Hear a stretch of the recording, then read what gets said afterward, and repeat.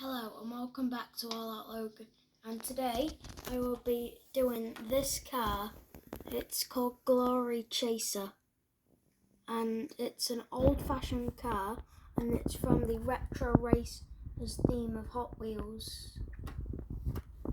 Also, I got these other cars but I've already unboxed them, so I just decided to put these in.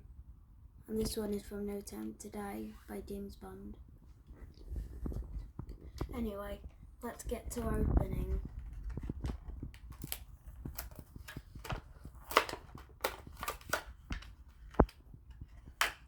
This is the car out of the box. Looks very old.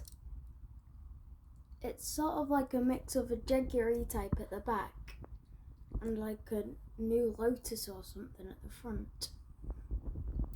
It's convertible, which I quite like, which is a good thing because I quite like convertibles. And also it fits in nicely with the other two. What are your other two? So this one is a Aston Martin Valhalla concept car.